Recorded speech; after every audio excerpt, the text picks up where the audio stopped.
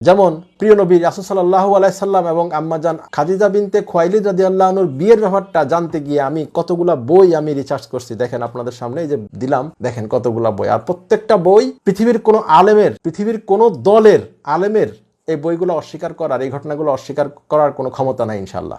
তো যাই হোক, মূল আলোচনায় আসি।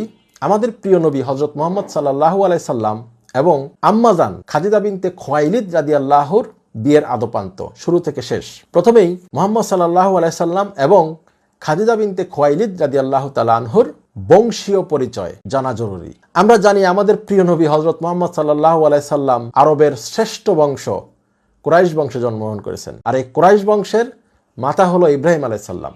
আমাদের রাসূল সাল্লাল্লাহু আলাইহি সাল্লামের পিতামহ আব্দুল মুত্তালিব, উনি খুব ধনী ছিলেন না, কিন্তু আরবে সর্বশ্রেষ্ঠ সম্মানী ছিলেন, যেই সম্মানে আব্রাহার মতো রাজা চেয়ার থেকে, সিংহাসন থেকে দাঁড়িয়ে গিয়েছিলেন ওনাকে দেখে, গড গিফটেড। আর খাদিজা বিনতে খুয়াইলিদ রাদিয়াল্লাহু তাআলা আনহার বংশ একটা জায়গায় গিয়ে কুসাই কিলাব, যেই কুসাই কিলাব কাবাঘর এক মস্ক মদের বিনিময়ে ক্রয় করেছিলেন, এই কাবাঘরের মোতাওয়াল্লির দায়িত্ব কুসাই ইবনে কিলাব, সেই কুসাইতে গিয়েই মিলিত হয়েছে খাদিজা রাদিয়াল্লাহু তাআলা আনহারও বংশ।